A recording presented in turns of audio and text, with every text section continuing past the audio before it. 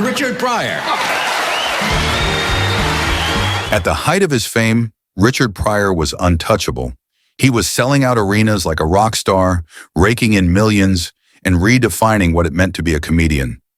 But behind the laughter was a man spiraling out of control, addicted to cocaine, abusive in his relationships, and living on the edge of death. In June of 1980, his demons finally caught up with him.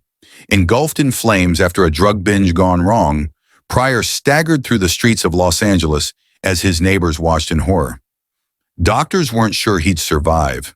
And yet, just months later, Pryor turned that nightmare into comedy. I feel the macho, man. I'm feeling young. I mean, I know I can make love 8, 9 times a night. What? Yes! I know I can. I just need a woman. Standing on stage and laughing about the night he nearly burned alive. How does someone so broken still stand tall as the greatest comedian of all time?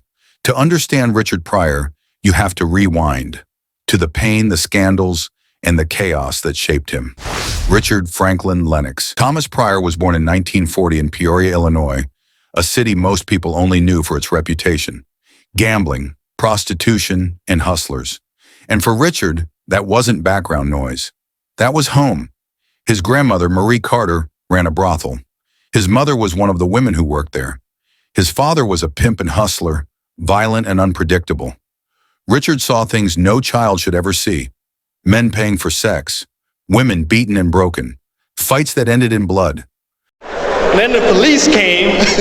I went in the house because they got magnums too, and they don't kill cars.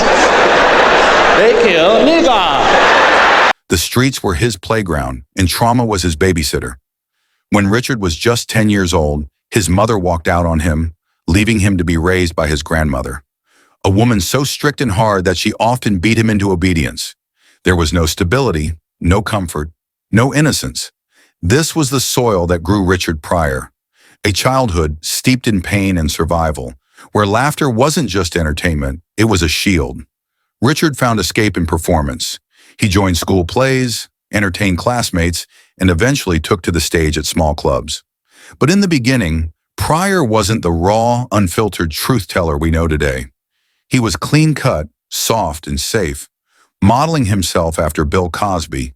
He wore suits, told family-friendly jokes, and made people chuckle without making them uncomfortable. And it worked. He got gigs in New York, appeared on TV shows, and started gaining traction. But something was wrong. One night in the late 1960s while performing in Las Vegas, Richard stopped mid-act. He looked out at the white middle-class audience, and something inside him snapped. He threw down the microphone and walked off stage. He was done pretending. From that moment on, Richard Pryor decided he wasn't going to play it safe anymore. He wasn't going to be America's safe Negro comedian. He was going to tell the truth. His truth. No matter how filthy, shocking, or painful it was. And that decision would change comedy forever. When Pryor returned, he was a different man. His act wasn't safe anymore. It was dangerous. He talked about police beating black men, about racism in America, about sex, addiction, and violence. And people loved it. In 1974, his comedy album, That Nigger's Crazy, shocked the industry. It wasn't just the title, it was the content. Pryor was saying the things everyone thought, but no one dared to put on a record. It won him his first Grammy. More albums followed. Is It Something I Said? Bicentennial, Nigger, and Wanted live in concert. Each one pushed boundaries further. Each one blurred the line between confession and comedy. Pryor didn't just tell jokes, he told stories. He embodied characters. The drunk on the corner, the junkie, the hustler, the cop. He made you laugh while forcing you to confront the ugliest truths about America and about himself. By the late 1970s, Richard Pryor was the biggest comedian in the world. He was starring in hit films like Silver Streak and Stir Crazy, working with Gene Wilder, and even co-writing the legendary Blazing Saddles with Mel Brooks. On stage, he was untouchable, but off stage, his demons were swallowing him alive. Richard Pryor wasn't just dabbling in drugs, he was drowning in them. Cocaine became his constant companion. He admitted to spending tens of thousands of dollars a week on it. The drugs fueled paranoia and rage. His marriages, 7 in total, to 5 different women, were stormy, violent, and short-lived. His wives accused him of beatings and emotional abuse. One of his ex-wives, Jennifer Lee, recalled nights of chaos, fights that ended with Richard waving guns, breakdowns that ended with him in tears, and drug binges that lasted for days. Richard himself admitted later, "I hurt people who loved me." And yet, even as his life unraveled, he was still climbing higher in fame. That was the contradiction of Richard Pryor. The more broken he became, the funnier he was on stage. But then came the night that nearly killed him. June 9th, 1980, Los Angeles. Richard was in his mansion, freebasing cocaine mixed with ether, a deadly combination. Hours into the binge, something went wrong. Flames erupted. His body caught fire. Engulfed in flames, Pryor ran screaming into the street.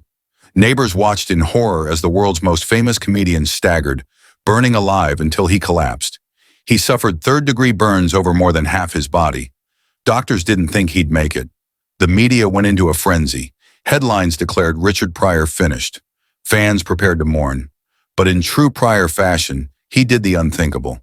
He turned survival into comedy. When he returned to the stage, he looked out at the crowd and said, "When you're on fire and running down the street, people will get out of your way." The audience exploded in laughter. Richard Pryor had taken the darkest night of his life and turned it into his greatest punchline. But the fire didn't cure his demons. It only burned them deeper.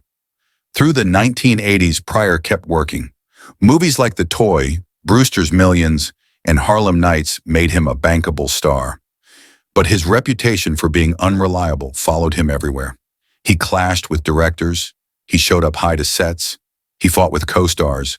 And then came another controversy. Pryor's widow later revealed that Richard had bisexual relationships, including a rumored affair with actor Marlon Brando. Pryor himself had joked about experimenting with men in his routines, but many dismissed it as part of the act. The truth was far more complicated. For the public, Richard Pryor was always walking the line between genius and scandal. In the mid-1980s, Pryor was diagnosed with multiple sclerosis, a disease that attacks the nervous system. Slowly, it robbed him of his strength, his mobility, and eventually his voice. By the 1990s, Richard Pryor was in a wheelchair. The man who once commanded the stage with electric energy could barely move, and yet he refused to stop. He kept performing, even as his body betrayed him. Watching him joke from a wheelchair was heartbreaking, but it was also heroic. Pryor was proving that even broken, he could still make people laugh. Richard Pryor died in 2005 at age 65. By then, his influence was undeniable. Every major comedian who followed, Eddie Murphy, Chris Rock, Dave Chappelle, Kevin Hart, owes a piece of their style to him. Pryor gave them permission to be raw, to be real, to put pain on stage and turn it into art. But his legacy is complicated. He was brilliant, but deeply flawed.